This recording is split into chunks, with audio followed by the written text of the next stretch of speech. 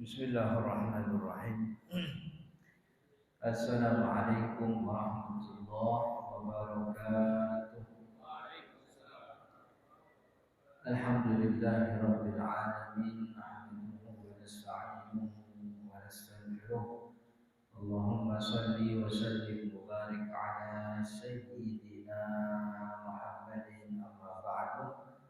Para jemaah Bapak Ibu yang dirahmati Allah, alhamdulillah pada malam hari ini kita bisa berkumpul, bisa bersilaturahmi, sekaligus juga bisa menunaikan kewajiban kita sholat isya berjamaah sambil kemudian dilanjut dengan ta'lim.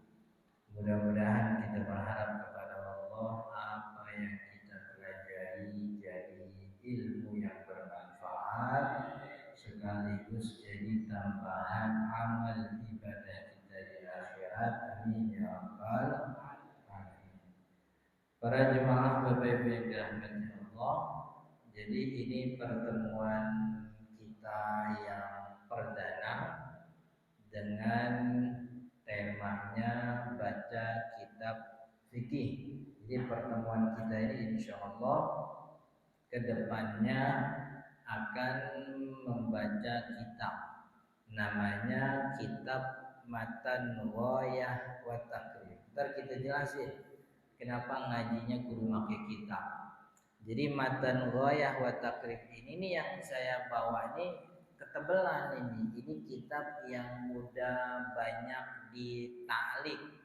Ditalik itu artinya dikasih catatan kaki gitu. Jadi banyak. Kalau aslinya nih kitab yang asli yang nanti insya Allah kalau Bapak Ibu mau pengen tinggal cari aja tuh atau nanti dikoordinir. Itu bukunya tipis. Berapa halaman ya? Kira-kira cuman sampai nggak nyampe 50 halaman, tipis bukunya. Itu harganya tuh kalau di di toko-toko online itu harganya tuh 7.000 sampai 15.000. Matan Ghayah wa Taqrib. Biasa juga disebut dengan istilah Matan Abi Syuja. Abi Syuja itu nama pengarangnya. Abi Syuja ini ulama mazhab Imam Syafi'i, aslinya orang Baghdad, orang Irak. Pada masanya beliau sempat jadi hakim. Kalau bahasa kita jadi jadi Mahkamah Agung gitu. Beres dari jabatannya, ini Imam Abi Syuja pindah ke Madinah gitu. Dan beliau ini termasuk orang yang diberikan oleh Allah kemuliaan, umurnya panjang. Beliau tuh diriwayatkan umurnya sampai 140 tahun, panjang umurnya. Habis lengser dari jabatan, beliau ini jadi tukang sapu Masjid Nabawi. Kita kalau sempat umroh ke Masjid Nabawi ngelihat kan tuh ada orang Bangladesh, orang Pakistan tuh yang gulung-gulung karpet tuh. Orang Cianjur juga ada itu yang gulung-gulung karpet gitu. Nah, Imam Abi Syuja itu kerjaannya beres jadi hakim dulu. Kalau di sini kan hakim naik mobil aja minimal 5 mobil kan ya. 2 yang awal depan, 2 yang awal belakang, mobil dia sendiri. Gede-gede. Makanya paling repot tuh kalau kondangan ngundang pejabat tuh, repot, parkirnya repot.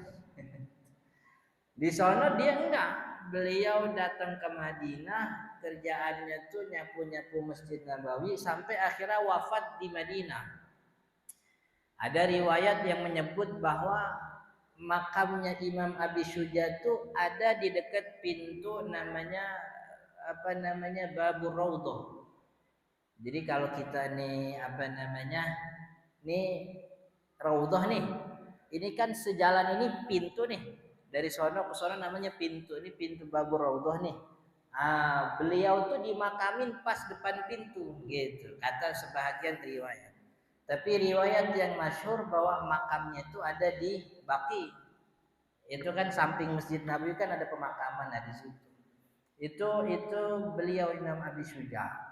Nah, beliau ini mengarang kitab ini ketika beliau menjadi hakim, masih jadi hakim di Baghdad. Dan beliau mengarangnya memang ditujukan kepada orang-orang yang baru mau belajar gitu. Kalau bahasa kitanya masih pemula lah, masih beginner gitu. Jadi nggak usah dalil yang panjang-panjang, nggak usah penjelasan yang ribet, yang simple aja. Makanya matan Abi Syuja ini yang akan kita pelajari ini kagak ada hadisnya, kagak ada ayatnya. Itu udah langsung kesimpulan hukumnya. Ntar kita sebut kenapa kudu belajar pakai kitab. Nah, kitab matan Abi Syuja ini isinya adalah cara kita bagaimana beribadah kepada Allah, dari mulai bagaimana bersuci, dari mulai bagaimana kita sholat, kemudian bayar zakat, bayar apa lagi, apa haji, begitu. Dan insya Allah nih kita terusin bacanya nih. Apa artinya nih, mulainya Lebaran nih. Ini kalau ada umur, kalau ada kesempatan, sampai Lebaran besok nih belum tentu beres.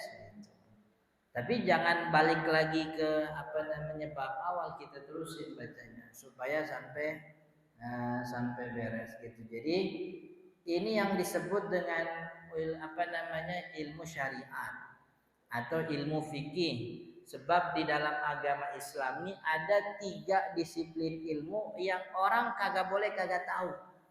Orang muslim tuh kagak boleh kagak tahu, nggak boleh nggak belajar, kudu belajar 3 disiplin ilmu. Yang pertama ada ilmu akidah. Kalau dalam bahasanya Nabi kan iman, Islam, ihsan gitu. Kalau bahasanya ulama, pertama ilmu akidah yang ngajarin kita bagaimana punya keyakinan kepada Allah gitu. Yang kedua ilmu syariat atau bahasa nabinya Islam, iman, Islam. Islam itu syariat, ibadah badan yang kudu dikerjain. Kalau akidah kan apa yang kudu diyakinin. Syariat Islam apa yang kudu dikerjain, begitu. Jadi kalau orang punya iman yang dikerjain diterima, tapi kalau kagak punya iman yang dikerjain kagak diterima. Tapi kalau punya iman doang kagak ngapa-ngapain, itu digedekin sama malaikat, ditungguin sama malaikat di kuburan. Ngaku doang iman kagak kerjain. Nah, biar bisa ngerjain kudu ada tuntunannya. Tuntunnya dari mana? Dari Al-Qur'an. Cuman kan rada ribet tuh, ayat ini maksudnya apa, artinya apa, maka dibikin sederhana oleh ulama, ditulis dalam sebuah kitab. Urutannya begitu, dari mulai thaharah, sholat, puasa, zakat, haji, sampai ibadah-ibadah lain. Nah, yang ketiga namanya ilmu, kalau bahasa nabinya ilmu ihsan. Iman, Islam, ihsan. Ulama nyebutnya namanya ilmu akhlak. Ada yang nyebut ilmu tasawuf. Ada yang nyebut ilmu tazkiyatun nafs. Semua-muanya sama. Ilmu tasawuf ya ilmu akhlak, ilmu tazkiyatun nafs. Ilmu tasawuf, ilmu akhlak nih ilmu mempercantik kepribadian dari segi moralitas. Ilmu tasawuf, ilmu akhlak yang ngajarin sabar, yang ngajarin ikhlas, yang ngajarin ridho, yang ngajarin syukur. Itu syukur bukan di ilmu fikih, kagak ada ilmu fikih bahas syukur. Syukur ilmu tasawuf, ilmu akhlak. Ngajar bagaimana hati hilang kedengkiannya. Nah, itu. Ini 3 ilmu yang harus dipelajari, kagak boleh kagak. Ilmu kudu belajar orang Islam tuh, belajar akidahnya, belajar ibadahnya, belajar akhlaknya kan ya. Makanya kalau kita ke pesantren tuh, anak-anak kita pesantren tuh kagak langsung dicekokin Al-Quran, kagak. Tapi belajarnya kita begini dulu nih. Kitab dulu kalau kita dulu di kampung tuh kan belajarnya Safinatun Najah. Kalau kitab tauhidnya make Aqidatul Awam. Ada yang make Tijan Durori kan begitu. Kalau ilmu akhlaknya make Akhlak lil Banin, Akhlak lil Banat kan begitu. Jadi untuk memenuhi kewajiban 3 disiplin ilmu. Akidah, fikih, akhlak. Nah, kitab Matan Abi Sujani ngambil ilmu fikihnya, ngambil ilmu fikih, ilmu bagaimana kita beribadah. Kenapa harus kita belajar pakai kitab nih kita jelasin. Kenapa kudu pakai kitab? Pertama, kitab-kitab fikih ini yang kita pelajari ini insya Allah Matan Abi Suja. Kitab-kitab fikih itu adalah cara paling baik untuk memahami Al-Quran dan Sunnah. Kita dituntut oleh Allah untuk ibadah. Caranya bagaimana? Tuh dijelasin di Al-Quran. Dicontohin sama Nabi Muhammad SAW. Cuman sayangnya kita kagak satu kampung sama Nabi. Al-Quran bukan bahasa kita. Nabi juga bukan orang kampung kita. Jadi apa yang dijelasin sama Al-Quran, yang diceritain daripada Nabi Muhammad SAW itu butuh banyak alat untuk memahaminya. Gitu. Jadi nggak bisa tiba-tiba orang ujuk-ujuk langsung dari Al-Quran itu susah. Sebab banyak variabel yang harus dilewati. Nggak usah jauh-jauh. Kita buka ayat pertama Al-Quran aja. Ini buka ayat pertamanya. Al-Quran, kita buka ayat pertama. Ayat pertama Al-Quran apa bunyinya? Bismillahirrahmanirrahim. Yang jadi pertanyaan, Bismillah kalau sholat dibaca apa kagak? Orang ribut kan begitu. Kata orang sini mau baca, imam-imam sini kalau sholat pada gedein tuh Bismillahnya. Kata yang lain, kagak. Orang gua ke Mekah kemarin, di Mekah imamnya kagak ada yang ngerasin Bismillah kan begitu. Itu orang kalau kagak punya ilmu fikih bingung dia. Ini Bismillah dibaca apa kagak? Kalau kagak dibaca kenapa ada tulisannya? Gitu. Kalau ada tulisannya kenapa Imam Masjidil Haram kagak pada baca? Ini bagaimana? Gitu. Jadi nggak usah buka ayat yang jauh-jauh. Ayat pertama sudah menimbulkan perdebatan. Oke, Bismillah kita lewatin. Yang jadi masalah Bismillah itu ayat Fatihah apa bukan? Kan begitu. Ada yang nomorin 1, ada yang kagak nomorin itu. Ini kan susah nih. Maka cara paling mudah bagi kita memahami Al-Quran dan Sunnah itu melalui kitab-kitab fikih. Ulama paham. Gitu. Kalau seandainya Al-Quran, hadis Nabi bisa dipahami hanya dengan diterjemahkan saja, timbang baca terjemah orang bisa paham. Kan ulama kagak capek-capek nulis tafsir. Al-Qur'annya cuma berapa halaman, ada tafsir At-Tabari 25 jilid. Tabari 25 jilid. Begitu. Tafsir yang paling dekat sama kita orang Indonesia tafsir Ibnu Katsir itu 4 jilid. Sejilidnya juga 2 kali tebal Al-Qur'an itu. Kalau seandainya Al-Qur'an ini bisa dipahami hanya langsung kita terjemahin, kudunya orang Arab jadi ulama semua itu. Kan orang Arab jadi ulama semua kan ya. Itu Muhammad Salah kagak jadi pemain bola, dia jadi guru, dia jadi ustaz, kudunya kan gitu. Kan orang Arab kan udah pasti mancung kan ya, udah pasti jenggotan. Kalau kemana-mana pakai gamis, orang Arab jangan sholat dia nonton bola aja pakai gamis kan begitu. Kan ya, itu gamis tuh pakaian ke stadion yang kalau ketemu sama orang Indonesia disalim itu tangannya bolak-balik. Dia bingung mau nonton bola dicium tangan. Itu orang Arab jadi ulama semua tapi enggak. Emang sulit ini memahami Al-Quran dan Sunnah. Saya sering nyontohin kalau belajar kitab fikih itu kayak kita mau ngebenerin antena. Kita punya TV ini gambarnya apa namanya burak. Ini kudu didandani nih antenanya nih. Cuman antenanya tinggi. Susah ini, kita bukan Spiderman begitu. Maka karena antenanya tinggi, orang kan punya akal. Gua cari tangga dah, gitu. Maka adanya tangga itu kewajiban yang baru dimunculkan atas kewajiban benerin antena. Kewajibannya mah satu, cuman benerin antena. Cuman karena antenanya tinggi, dia bikin kewajiban baru namanya nyari tangga. Kan begitu. Nah kita fikih itu begitu, mirip-mirip. Kita benar disuruh ngikutin Al-Quran. Disuruh ngikutin sunnah Nabi benar. Cuman kan Al-Quran itu ketinggian. Bahasa Arab kita kagak ngerti. Kita taunya bahasa Arab cuman assalamualaikum doang. Sama alhamdulillah. Sama astagfirullah. Udah yang lain kita bingung tuh.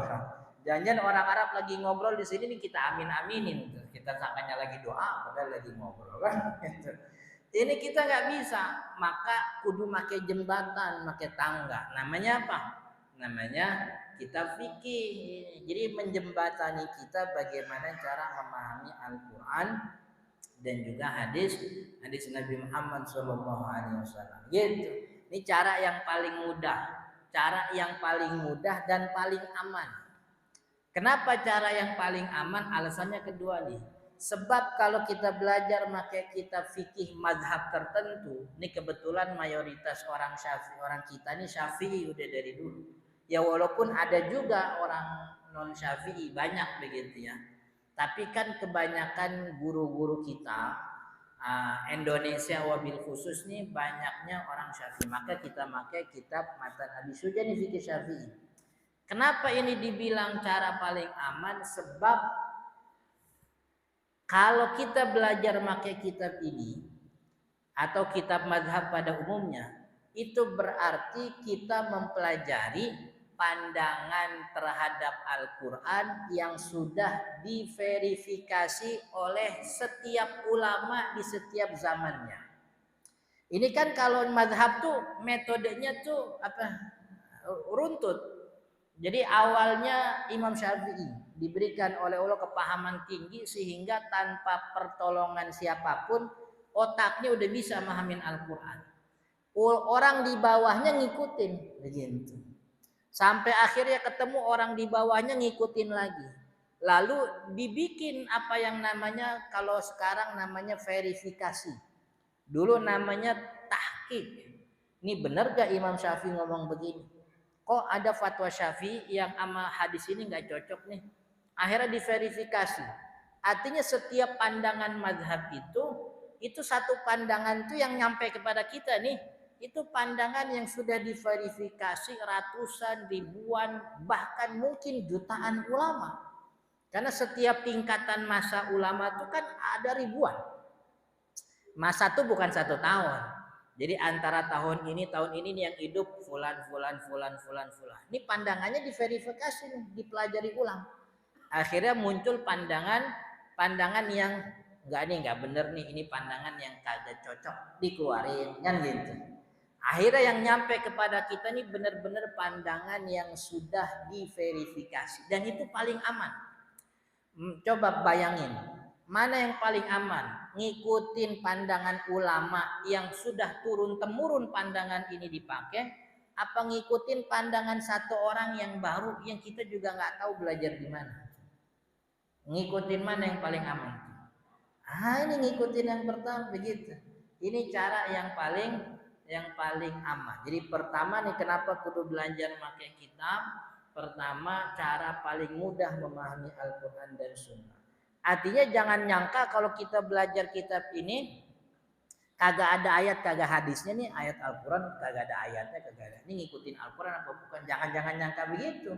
Justru ulama nulis tuh dari Al-Quran. Intisari. Ibaratnya ini nih bakwan jadi, tuh bakwan jadi. Udah tinggal makan doang begitu. Cuman sebelum jadi bakwan tuh kan ada terigunya, ada garamnya, ada apa lagi, ada wortel, ada kol begitu. Tuh bahan mentah tuh. Bagi kita nih orang awam nih Al-Quran sama hadis Nabi Muhammad tuh barang mentah, belum jadi. Nggak bisa kita ambil kesimpulan hukum, susah. Gitu. Tapi ke ulama yang punya paham dia ngerti ini barang mentahnya dikumpulin begitu, terus diaduk gitu kalau bahasa kita begitu. Ini dicocokin nih. Ini ayat ini kok begini, ada ayat ini dikumpulin. Oh, kesimpulannya bahwa yang namanya azan Jumat itu hukumnya fardu kifayah. Gitu. Itu munculin hukum fardu kifayah tuh, itu yang dibahas tuh bukan cuma satu dua hadis, bukan cuma satu dua ayat, tuh puluhan ayat. Akhirnya keluar. Itu cara ngolahnya tuh, ngaduk gitu ya. Dan kita kan emang orang yang kagak pinter masak begitu. Biarpun barangnya udah jelas, gitu. Barangnya udah banyak nih. Ada wortel, ada terigu, ada kol, macam-macam tuh. Kira-kira jadi apa enggak tuh kalau kita kagak ngerti masak? Kagak jadi, dipelototin doang gitu. Itu kayak guru matematika dikasih barang material, bingung dia, ada bata, ada pegu, apa ini bata sama pasir gitu. Kan ya, tapi tuh kalau material nih pasir, bata, semen, kasih tukang, jadi itu pos ronda tuh. Ngerti gitu. Ini ayat Al-Quran mentah nih. Bagaimana biar paham? Kasih ulama. Ulama kemudian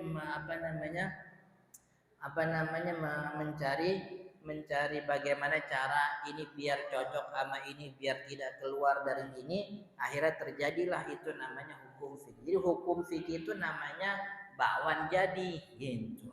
Cara masaknya namanya ilmu usul fikih.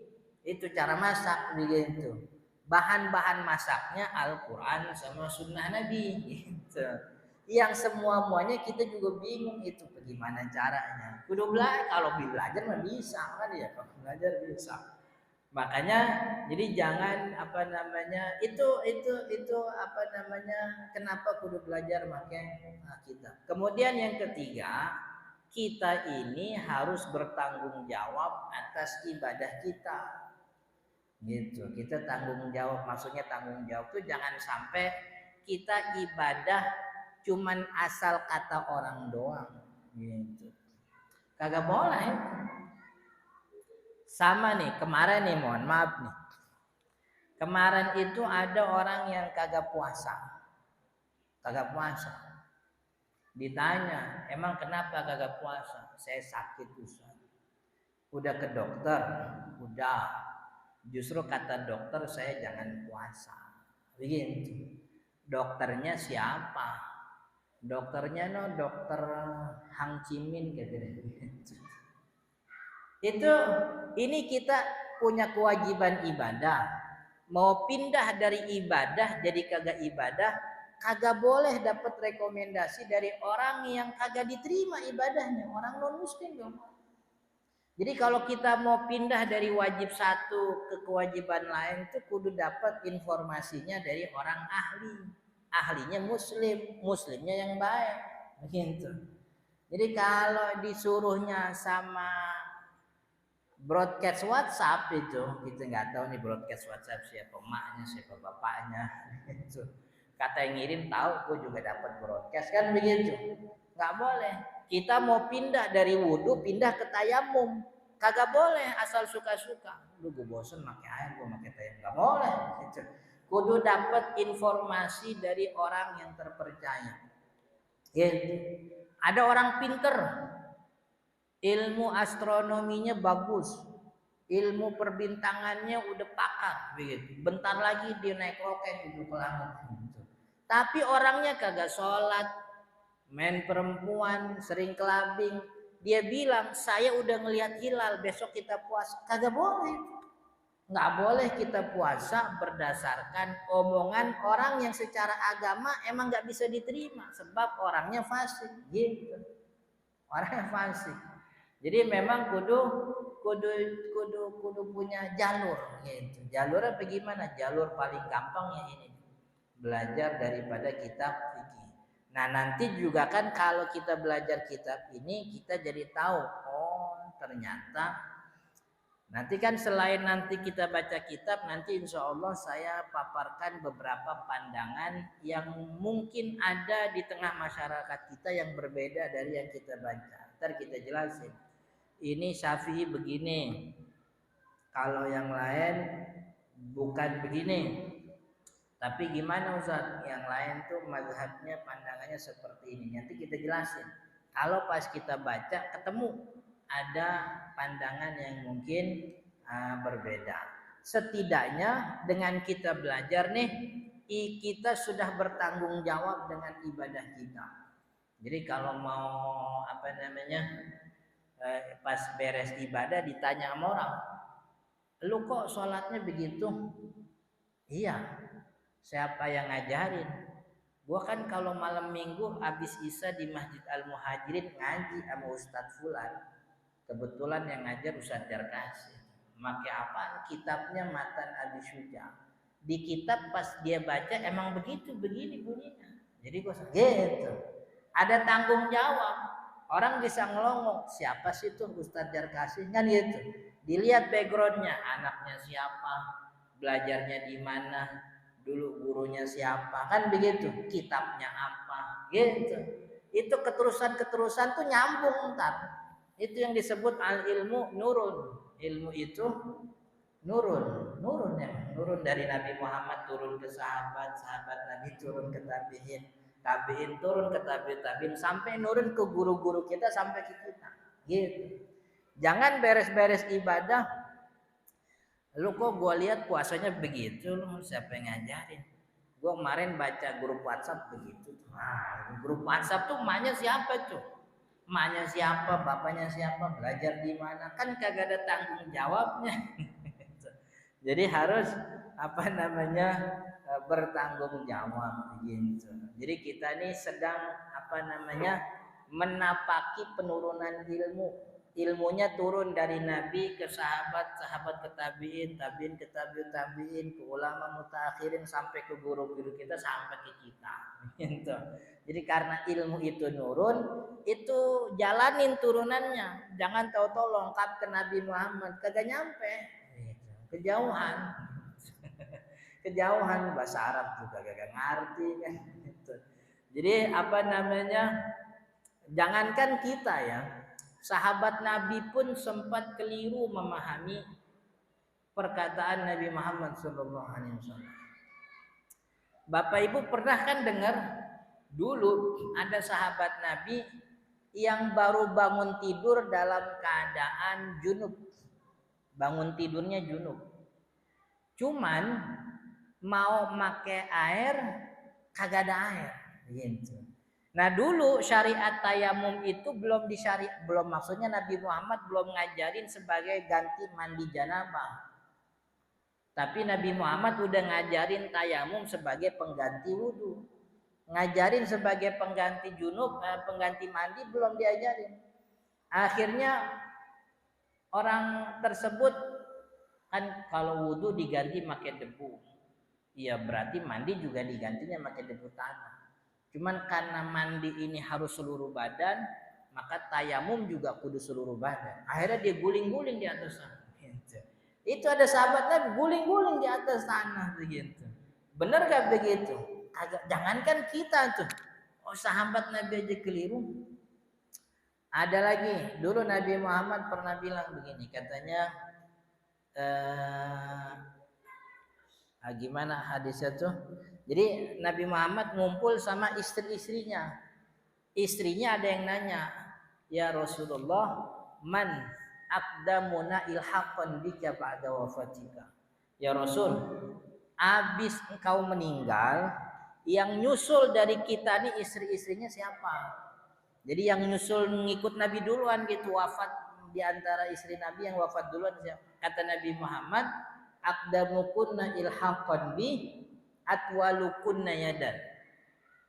Yang duluan nyusul saya setelah saya meninggal nanti yang panjang tangannya. Atwalukunna yadan, yang paling panjang tangannya. Akhirnya Nabi Muhammad SAW keluar, itu istri-istrinya Nabi pada ngukurin tangannya diukur-ukurin, ini panjang sih. Ternyata yang panjang itu Saudah itu istri Nabi yang jadwal waktu Nabi Muhammad wafat kudunya jadwalnya di rumah dia tuh. Cuman Nabi Muhammad mintanya di kamar Sayyidah Aisyah, itu Saudah. Gitu. Nah, Saudah tuh senang, maksudnya kan berarti termasuk orang pilihan. Lebih dulu membersamai Nabi. Cuman beberapa bulan setelah Nabi Muhammad wafat, kalau tidak salah itu 5 atau 4 bulan, 6 bulan, 5 atau 6 bulan, itu yang wafat ternyata bukan Saudah. Yang wafat itu Zainab, istrinya Nabi Muhammad yang namanya Zainab. Begitu. Lalu orang kan udah pada cerita begitu, ntar yang bakal duluan wafat tuh yang panjang tangan. Kan Nabi Muhammad gak mungkin bohong kan ya. Akhirnya di apa namanya dipelajari, ternyata oh maksud Nabi Muhammad panjang tangan tuh bukan tangan yang panjang, tapi panjang tangan tuh orang yang rajin sedekahnya. Nah di antara istri-istri Nabi yang rajin sedekah tuh namanya Zainab.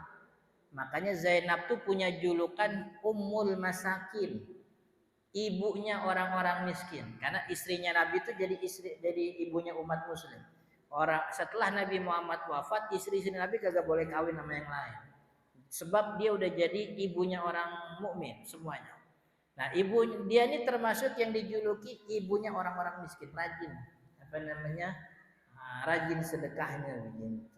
Artinya kesalahan enggak usah kita yang salah. Di zaman Nabi Muhammad hidup, beberapa sahabat pun keliru memahami sabda Nabi gitu. Sebab memang kudu orang pinter. Dan memang di antara sahabat itu dengan tidak merendahkan status sahabat, tidak semuanya ulama kan ya.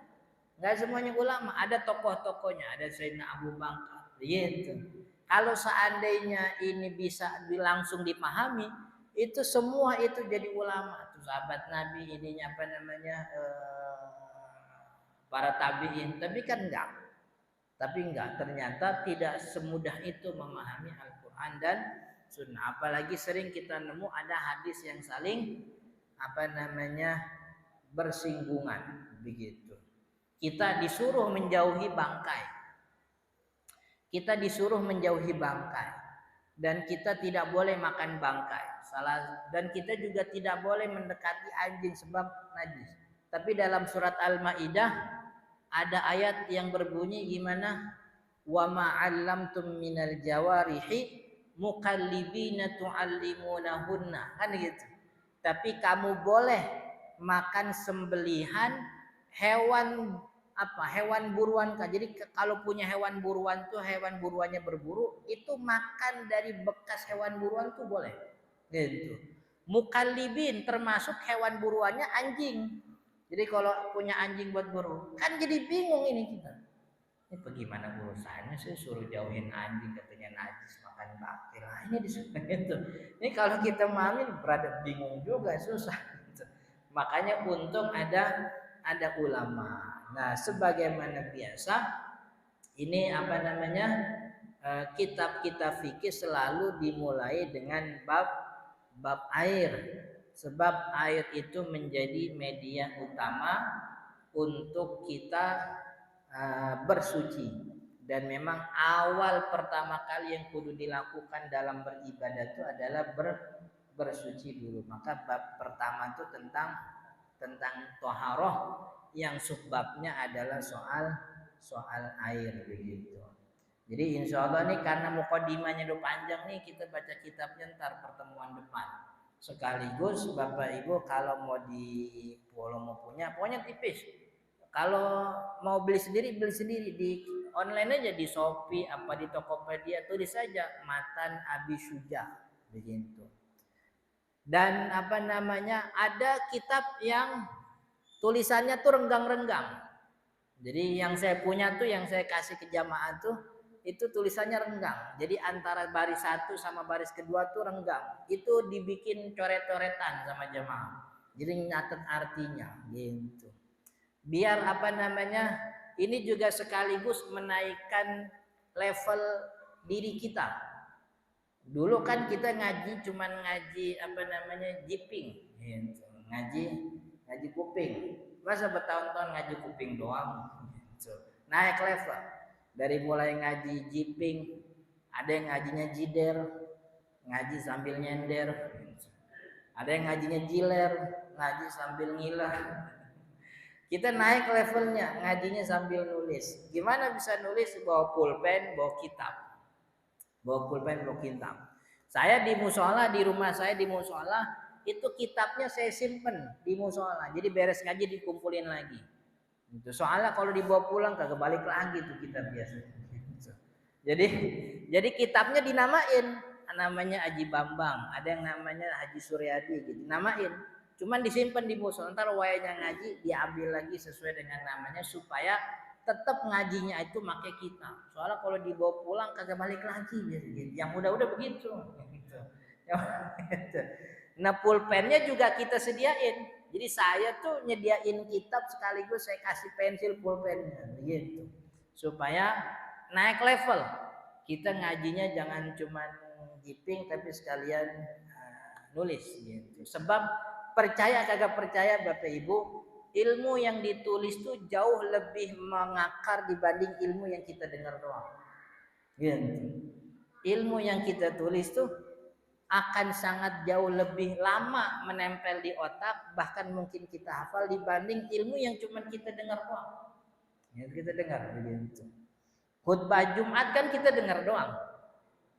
Kita kan kagak ingat, padahal khutbah yang kemarin tuh sama kayak khutbah Jumat lalu. Isinya dia juga.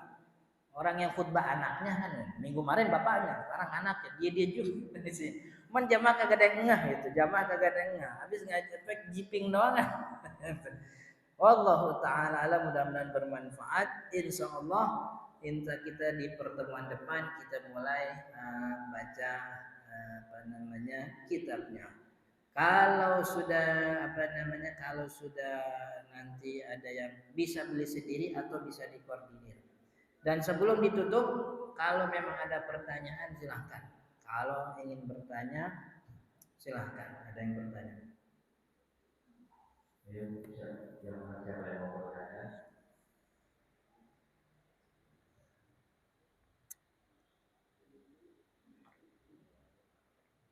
Masih pada alasan ada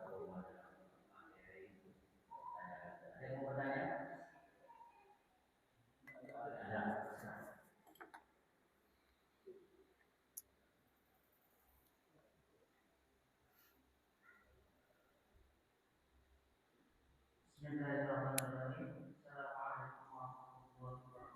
Waalaikumsalam warahmatullahi wabarakatuh.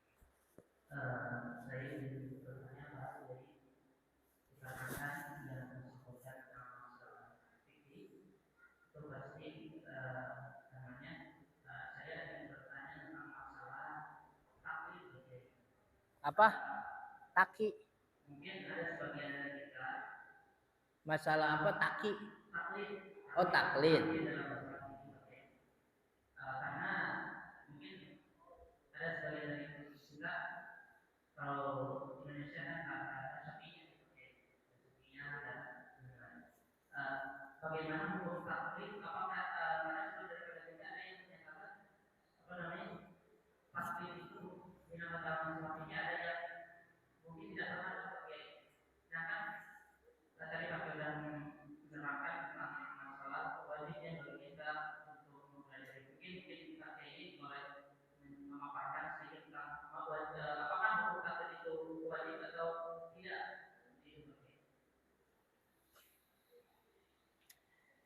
Jadi taklid itu kalau dalam masalah fikih emang hukumnya wajib. Ntar kita jelasin apa sejarahnya taklid akhirnya jadi jelek gitu. Jadi taklid itu artinya mengikuti pandangan orang lain tanpa mengetahui dalilnya. Dalam masalah fikih nih, dalam masalah furu'iyah, taklid itu hukumnya wajib. Kenapa dikatakan wajib? Sebab itu tadi, kemampuan untuk memahami Al-Quran, kemampuan untuk memahami hadis Nabi itu terbatas. Tapi kita disuruh ngikutin Al-Quran dan Sunnah. Maka mau tidak mau kita harus mengikuti orang yang paham. Gitu. Dan Allah menunjukkan ayatnya fas'alu ahla dzikri in kuntum la ta'lamun. Kalau kamu tidak tahu maka tanyalah orang yang ngerti kan gitu. Itu kan disuruh sama Allah. Ayo sholat.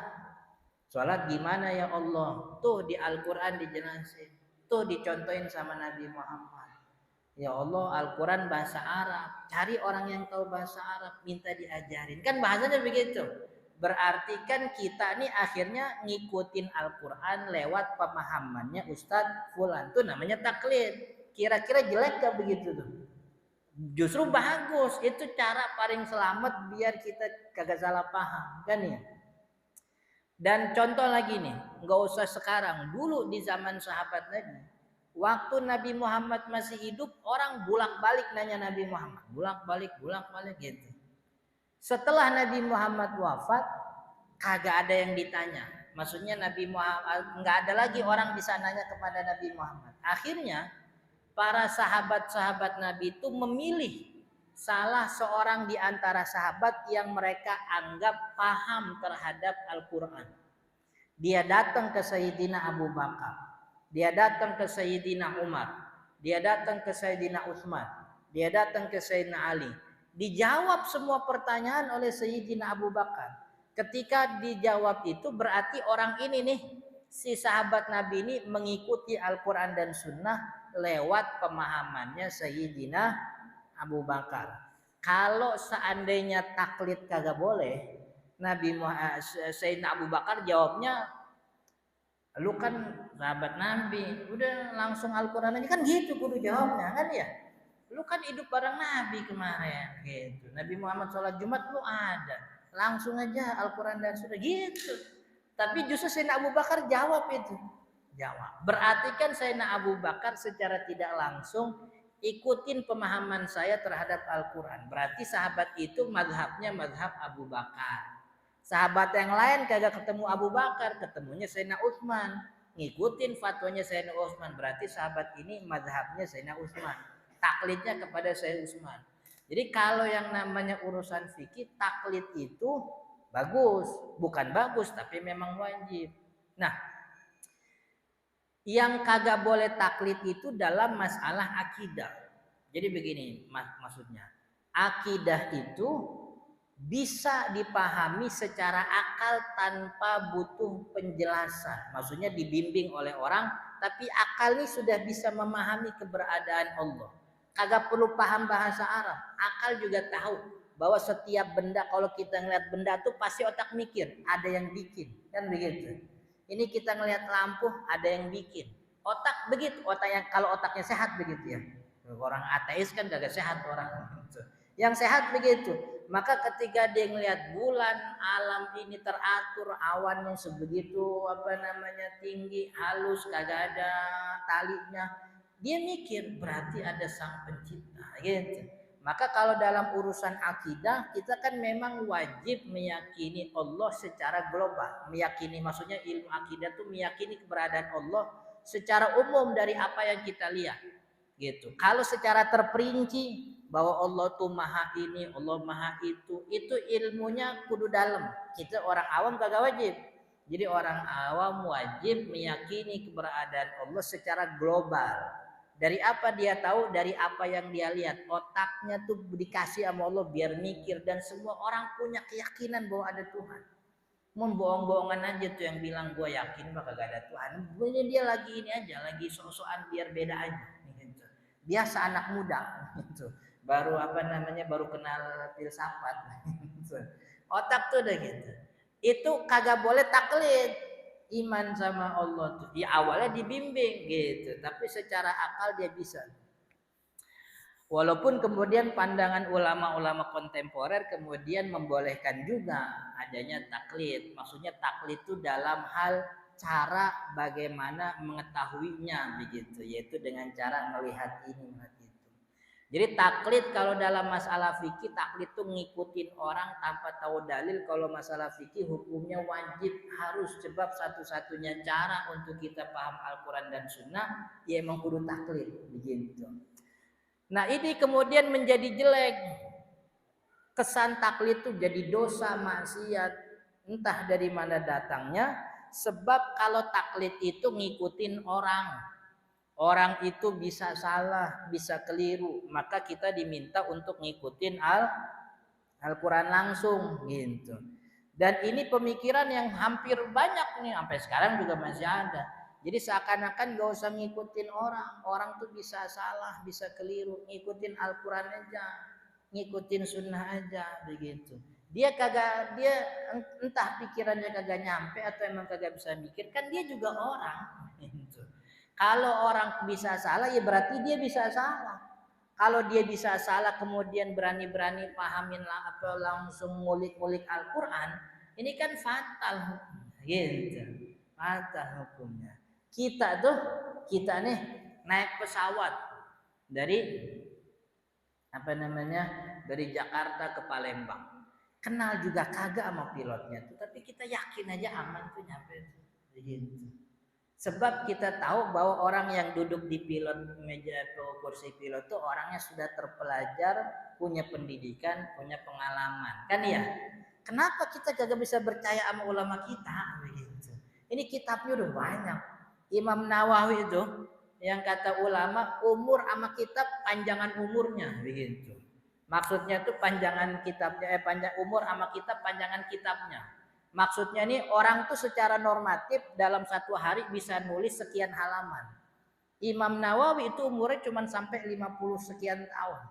Tapi itu panjang umur kitabnya itu lebih dari 70 tahun.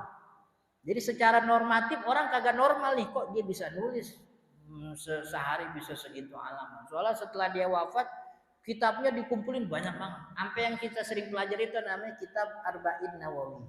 Nah itu Imam Nawawi. Riyadus Shalihin itu yang ngumpulin hadisnya Imam Nawawi. Kita kenapa nggak bisa percaya sama Imam Nawawi sih? Emang apa kudu-kudu nyapain otak buat pelajari Al-Quran langsung gitu. Orang duduk di pesawat aja kita percaya gitu.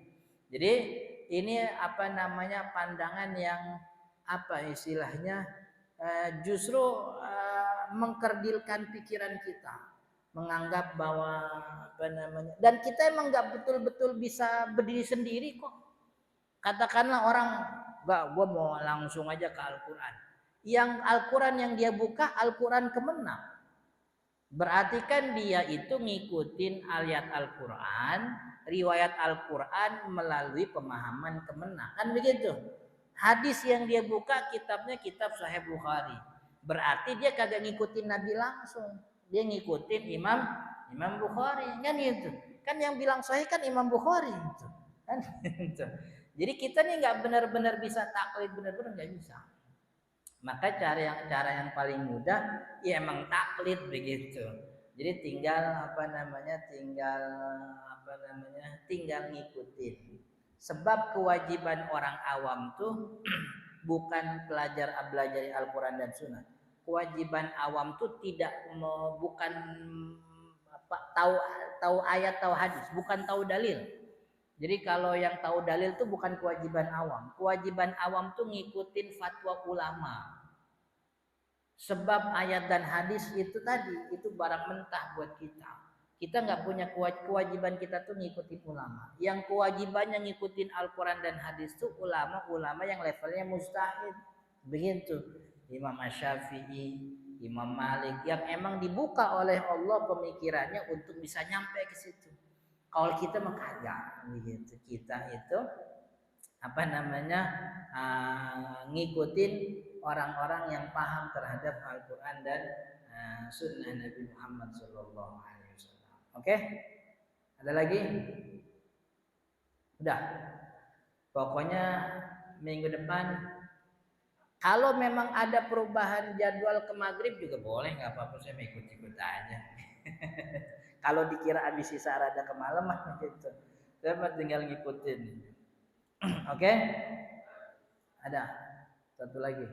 Oke, Bapak sebelum bertanya, silakan mungkin kalau ingin minum ada di belakang, silakan.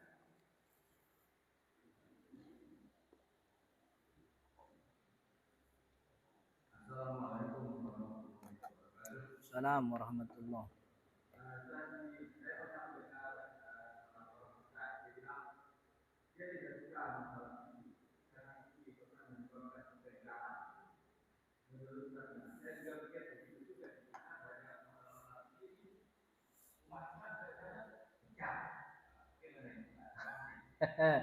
Berarti kagak belajar fikih dianya. Jadi yang menganggap begini, yang menganggap ilmu fikih sebagai sumber perpecahan itu berarti tidak memahami fikih secara keseluruhan.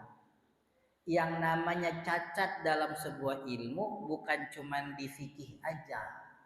Ilmu hadis tuh banyak cacatnya. Banyak orang bikin-bikin hadis, bahkan banyak bikin sanad palsu, banyak hadis maudhu. Harusnya marahnya kita kepada ilmu fikih karena banyak perdebatan, kita juga kudu marah sama ilmu hadis. Capek lah belajar ilmu hadis, dalamnya banyak orang bikin hadis palsu. Makanya dibikin status ada marosil, ada status gorib, ada status aziz, ada status masyhur. Ribet banget tuh status, langsung aja hadis dari Nabi. Gitu kudunya kita marah begitu juga. Gitu. Dibikin ilmu tafsir, marah juga ke ilmu tafsir. Males lah belajar ilmu tafsir. Ada Israiliyat, ada qaul syadz, ada mufaham macam-macam begitu. Jadi setiap ilmu itu ada cacatnya, tapi cacatnya bukan pada ilmunya, tapi cacatnya itu pada orang-orang yang tidak mengerti tentang esensi ilmu ini. Gitu. Ilmu fikih itu buat memahami Al-Quran dan Sunnah, bukan buat ngajak ribut orang. Gitu. Emang pikirannya dari awal gue kudu menang nih lawan dia. Akhirnya dipakai ilmu fikih buat melawan orang. Salah jadinya.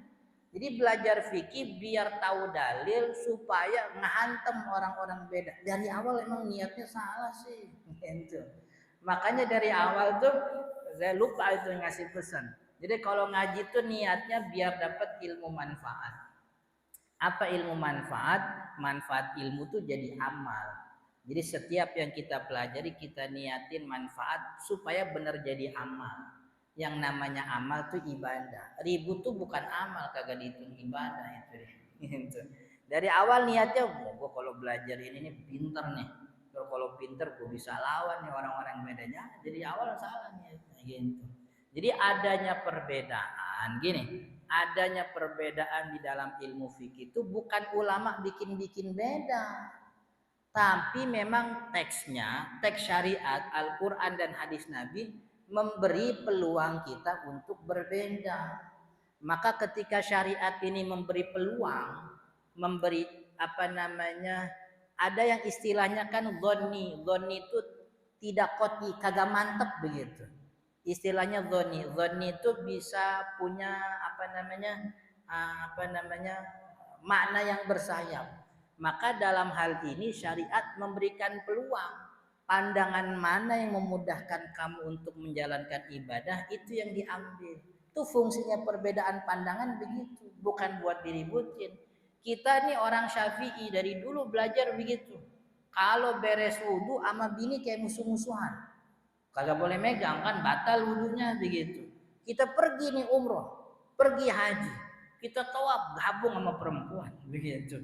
Ini tangan kita udah kekepin begitu tetap aja kepegangan ya. Untung ada pandangan berbeda yang madhab Imam Ahmad bin Hambal punya tuh. Madhab Imam Ahmad bin Hambal tuh bilang megang perempuan kagak batal. Walaupun perempuannya bukan mahramnya kagak batal. Kenapa? Karena yang dimaksud lamastum dalam Al-Quran itu bukan menyentuh, tapi berhubungan badan atau menyentuh dengan sholat. Kan enak tuh. Perbedaan itu dipakai untuk kemanfaatan ibadah, bukan dipakai buat ribut begitu. Makanya saya dari awal tuh udah kagak mau ngeladenin orang ribut nih. Nih sekarang lagi ribut musik begitu.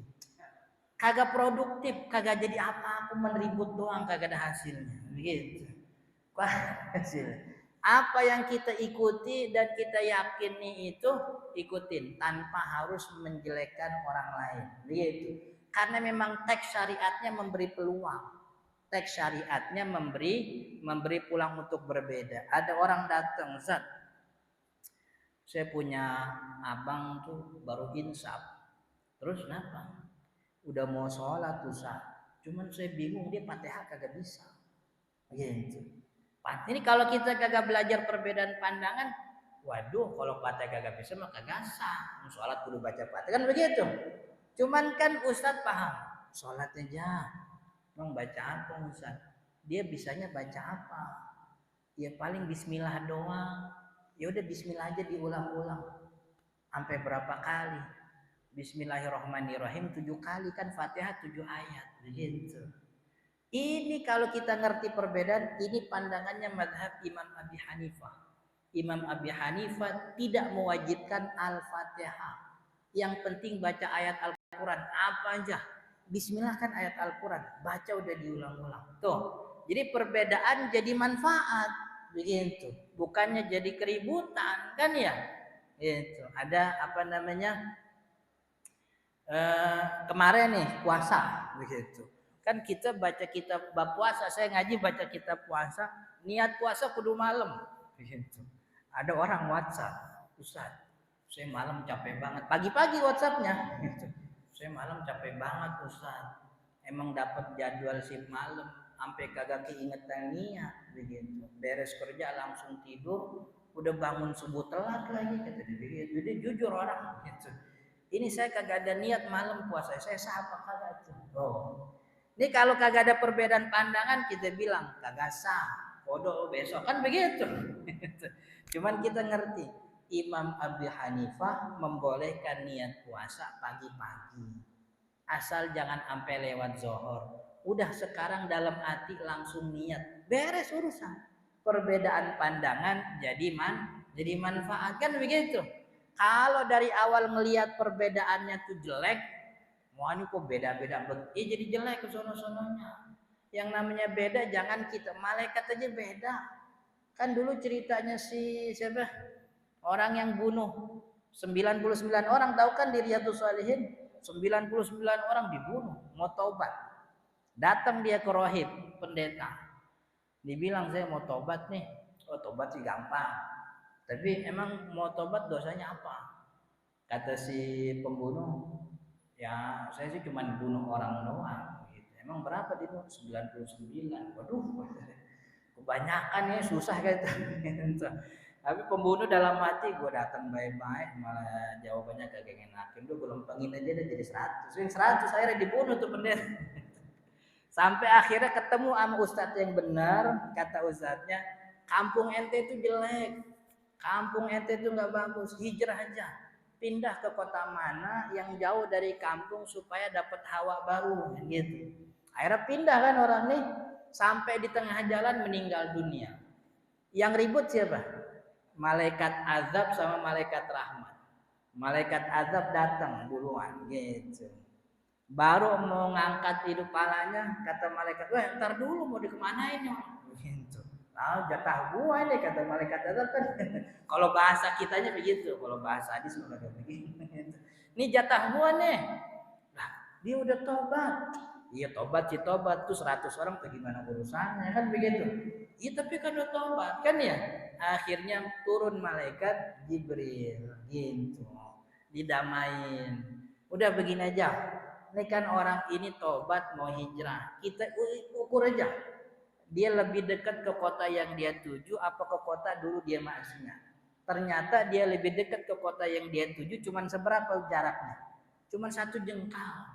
1 jengkal akhirnya menang malaikat rahmat dapat masuk surga. Begitu. Jadi jangankan kita begitu, malaikat itu beda, para sahabat Nabi juga berbeda. Terus kita mau diakur-akurin ya kagak bisa.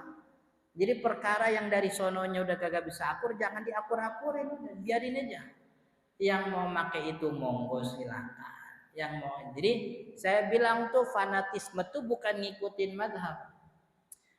Justru ngikutin madhab tuh kewajiban orang beragama. Sebab dengan madhab itu ibadahnya aman.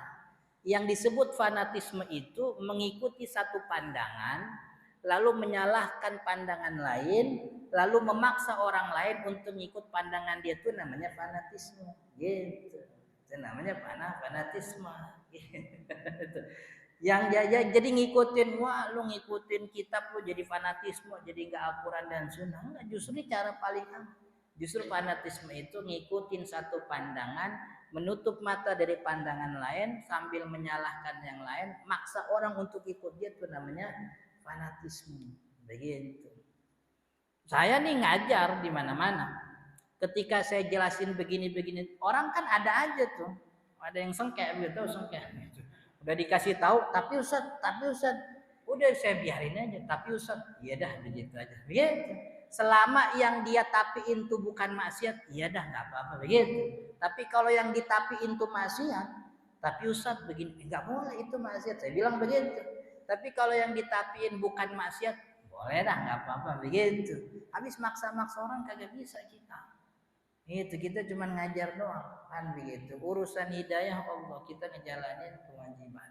Jadi dari awal memandang perbedaan yang ada di fikih itu jangan pakai pandangan negatif gitu. Oke? Udah malam. Kita tutup dengan kafaratul majlis. Subhanakallahumma wa bihamdika asyhadu an la ilaha illa anta astaghfiruka wa atubu ilaik. Assalamualaikum warahmatullahi wabarakatuh.